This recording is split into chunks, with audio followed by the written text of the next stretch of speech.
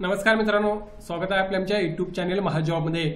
मित्रांनो, सध्या महाराष्ट्र शासन असेल किंवा केंद्र सरकार असेल यांच्यामार्फत विविध पदांसाठी जाहिराती ज्या आहेत त्या प्रसिद्ध होत आहेत।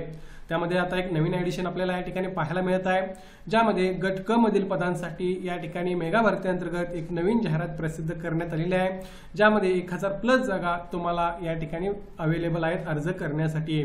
महत्त्वाचं म्हणजे शैक्षणिक पात्रता 10वी उत्तीर्ण असाल मिनिमम तरी तुम्ही एलिजिबल होता अर्ज करण्यासाठी। या व्यतिरिक्त दुसरं क्वालिफिकेशन इसेन्शियल एज्युकेशन क्वालिफिकेशन त्यांनी मागितलेलं नाही आहे, फक्त 10वी पासवर अर्ज करता येणार आहे। महाराष्ट्रातील कॅन्डिडेटसाठी या ठिकाणी परीक्षा माध्यम मराठी राहील, मराठीमधून तुम्ही ही एक्झाम देऊ शकता।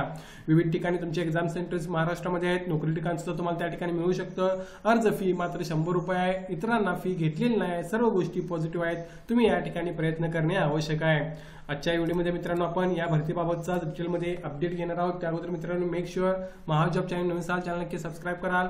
जॉब रिलेटेड डेली अपडेट देण्याचा प्रयत्न मी या ठिकाणी करत असतो, त्यामुळे मेक शुअर तुम्ही चॅनलला सबस्क्राईब करून बेल आयकॉनवर क्लिक करा। बघा मित्रांनो, काही महत्त्वाचे मुद्दे या भरतीबाबतचे, ज्यामध्ये जर बघितला तर टोटल नंबर ऑफ वॅकन्सीज ज्या या ठिकाणी मित्रांनो भरल्या जाणार आहेत त्या 1000+ जागा तुम्हाला पाहायला मिळत आहेत। सो यापेक्षा जास्त जागा मित्रांनो नक्कीच असणार आहेत। त्यानंतर बघा पात्रता 10वी पासवर तुम्ही अर्ज करू शकता, या व्यतिरिक्त दुसरं क्वालिफिकेशन त्यांनी मागितलेलं नाही आहे एज्युकेशन क्वालिफिकेशनमध्ये। परीक्षा ठिकाण महाराष्ट्रामध्ये अनेक एक्झाम सेंटर दिलेले आहेत, ज्याबाबतची माहिती मी तुम्हाला सांगणार आहे। नोकरी ठिकाण सुद्धा तुम्हाला महाराष्ट्रामध्ये प्रॉब्लेबली मिळू शकतं। अर्जदार मेल फिमेल कॅटेगरीमधले सर्व कॅन्डिडेट्स या ठिकाणी एलिजिबल आहेत अर्ज करण्यासाठी। वेतन तुम्हाला पे मॅट्रिक्सनुसार कमीत कमी लेवल 1चा पे स्केल तुम्हाला या ठिकाणी पाहायला मिळत आहे। अर्ज फी मात्र 100 रुपये राहील। ओपन ओबीसीच्या कॅन्डिडेटला, फिमेल कॅन्डिडेट असाल किंवा SC ST मध्ये असाल तर अर्ज करण्यासाठी कोणतीही फॉर्म फी घेतलेली नाही आहे। आणि महत्त्वाचं म्हणजे सर्वात महत्त्वाची गोष्ट, परीक्षा माध्यम मराठी असणार आहे, मराठीमधून तुम्ही एक्झाम या ठिकाणी देऊ शकता।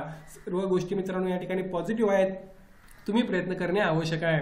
आता बघा जाहिरात जी आहे ती या ठिकाणी प्रसिद्ध करण्यात आली आहे SSC अर्थात स्टाफ सिलेक्शन कमिशन यांच्यामार्फत सेंट्रल गव्हर्नमेंटच्या अंडर जे काही वेगवेगळे डिपार्टमेंट आहेत त्यासाठी ही रिक्रुटमेंट या ठिकाणी होत आहे। आता ऑलरेडी मी सांगितल्याप्रमाणे मित्रांनो सेंट्रल गव्हर्नमेंटच्या अंडर येणारी नोकरी आहे, त्यामुळे तुम्ही त्या प्रकारे तयारी करायची आहे। मात्र एक महत्त्वाची गोष्ट, याची एक्झाम मराठी भाषेतून होणार आहे, ही एक पॉझिटिव्ह गोष्ट आहे। त्याचबरोबर तुम्हाला महाराष्ट्रामध्येच याची अनेक एक्झाम सेंटर्स अवेलेबल आहेत। सो त्या पॉईंट ऑफ व्ह्यूनं बघितलं तर 10 पास तुम्हाला एक चांगली संधी या ठिकाणी मिळत आहे। बघूया आपण त्याने काय म्हणलेलं आहे पुढे। तर बघा, the staff selection commission will hold a competitive examination for recruitment of multitasking non technical staff. हे एक पद आहे जे आपण महाराष्ट्रामध्ये जर कम्पेअर करायचं झालं तर शिपाई संवर्गाशी करू शकतो। हे एक पद आहे ज्यासाठी लेवल 1चा पे स्केल आहे, जे ग्रुप C मधलं पद आहे।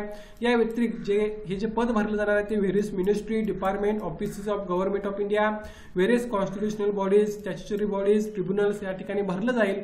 या व्यतिरिक्त एक दुसरं पद या ठिकाणी भरलं जाणार आहे ते आहे हवालदारचं, ज्यासाठी अगेन लेवल 1चा पे स्केल आहे। 7व्या वेतन आयोगानुसार तुम्हाला पे स्केल राहील। ग्रुप C मधलं हे सुद्धा पद तुम्हाला पाहायला मिळत आहे, जे central board of indirect taxes customs आणि central bureau of narcotics under department of revenue या ठिकाणी भरलं जाणार आहे। सो ही 2 वेगळी पदे मित्रांनो या ठिकाणी भरली जाणार आहेत, ज्यासाठी तुम्हाला अर्ज करता येणार आहे। आता या ठिकाणी वॅकन्सीजची माहिती घेऊया आपण। तर बघा, वॅकन्सीज मध्ये तुम्ही जर बघितला तर MTS पदासाठी वॅकन्सीज अजून अलोकेट केलेल्या नाही आहेत। त्यामध्ये कलेक्शन चालू आहे, किती डिपार्टमेंटमध्ये जागा किती आहेत याबाबतची माहिती घेण्याचं काम चालू आहे। हवालदार इन CBIC आणि CBNC मध्ये 1075 जागा तुम्हाला पाहायला मिळत आहेत। जरी मिनिमम MTSच्या 1000 जागा ऍड केल्या तर 2000+ जागांसाठी रिक्रुटमेंट होत आहे मित्रांनो। MTSच्या भरपूर जागा रिलीज होत असतात, त्या पॉईंट ऑफ व्ह्यूने तुम्ही यासाठी सध्या अर्ज करून प्रिपरेशन स्टार्ट करणे आवश्यक आहे। याबाबतची वॅकन्सीची माहिती दरम्यानच्या काळामध्ये तुम्हाला SSCच्या वेबसाईटवर कळवण्यात येईल असं त्यांनी सांगितलं आहे। सध्या मात्र आपल्याला एवढीच माहिती अवेलेबल आहे की हवालदार पदासाठी 1075 जागा आहेत। MTS पदांसाठी ज्या काही जागा अवेलेबल आहेत त्याची माहिती गोळा करण्याचं काम सुरू आहे। जवळपास 1000+ जागा आपण कन्सिडर करू शकतो, मात्र त्याबाबत सध्या माहिती सांगणे अवघड आहे। बघूया आपण पुढे त्यांनी काय म्हटलं आहे। तर बघा, एसेन्शियल एज्युकेशन क्वालिफिकेशन जे 1/8/2025 ला कंप्लीट पाहिजे, त्यानुसार मॅट्रिक्युलेशन एक्झामिनेशन वर इक्विव्हॅलंट पास असणे आवश्यक आहे। फक्त इतकंच क्वालिफिकेशन त्यांनी मागितलं आहे। 10वी पास असाल तर तुम्ही या ठिकाणी अर्ज करू शकता। अर्थात जे CBIC मध्ये हवालदारचं पद आहे त्यासाठी मित्रांनो फिजिकल तुमचं क्वालिफिकेशन रिक्वायर्ड आहे। त्याबाबत माहिती तुम्ही नोटिफिकेशन मध्ये घेऊ शकता।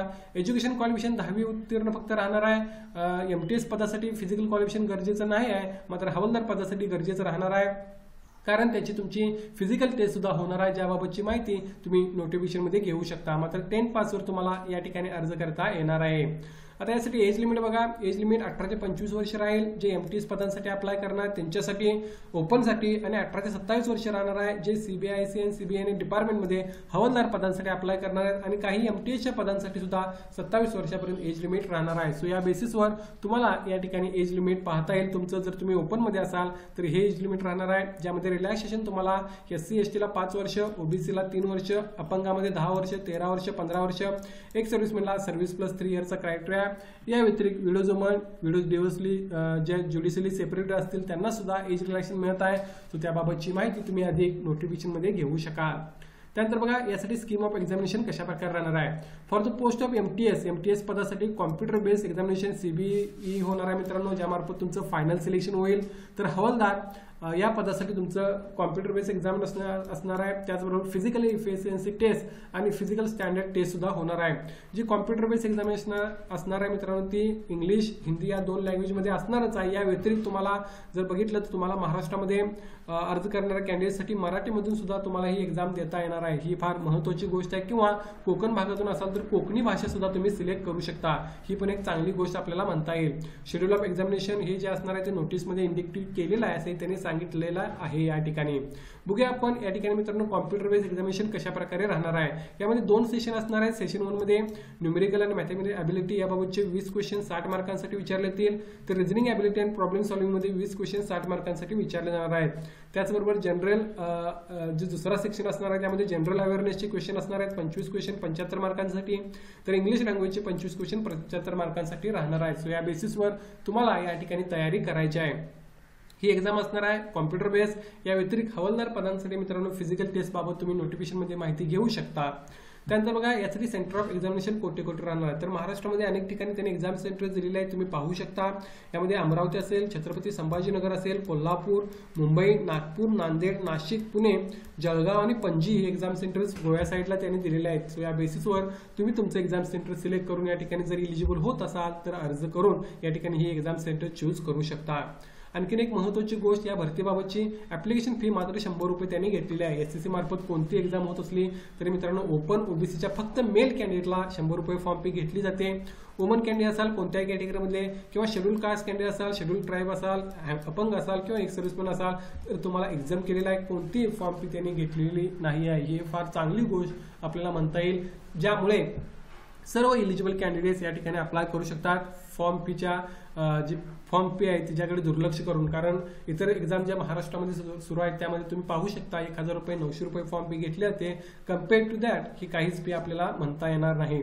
पुढे बघा या ठिकाणी मित्रांनो अप्लाय कसं करायचं. तर अप्लाय करण्यासाठी ssc.gov.in या वेबसाईटला तुम्ही व्हिजिट करू शकता, ज्याची लिंक मी डिस्क्रिप्शनमध्ये मेन्शन करेन. तेथेच तुम्हाला ही नोटिफिकेशनमध्ये सुद्धा पाहता येणार आहे. यासाठी अप्लाय करण्यासाठी महत्त्वाच्या डेट्स 26/6/2025 पासून 24/6/2025 पर्यंत तुम्ही ऑनलाईन अप्लाय करू शकता. कॉम्प्युटर बेस्ड एक्झामिनेशन ही 20 सप्टेंबर ते 24 ऑक्टोबर 2000 होईल असं त्यांनी या ठिकाणी सांगितलं आहे. ऑलरेडी इतके दिवस तुम्हाला सध्या अवेलेबल आहेत, प्रिपरेशन तुम्ही अजून कंटिन्यू करू शकता. त्यामुळे अर्ज करून नक्कीच तयारीला सुरुवात करा. MTSच्या जागा जरी माहीत नसल्या तरी त्या भरपूर असणार आहेत. या भरतीबाबत काय डाऊट असेल तर तुम्ही कमेंट करून विचारू शकता. याची डायरेक्ट लिंक SSCच्या वेबसाईटची मी डिस्क्रिप्शनमध्ये मेन्शन करेन, तिथे जाऊन तुम्ही नोटिफिकेशन रीड करू शकता. जर इंटरेस्टेड असाल, क्वालिफाय होत असाल तर नक्की अर्ज करून प्रिपरेशन करू शकाल. भरतीबाबत काय डाऊट असेल तर कमेंट करा, व्हिडिओज नक्की लाईक करा. अशाच प्रकारचे डेली अपडेट देण्याचा प्रयत्न मी या ठिकाणी करत असतो. धन्यवाद.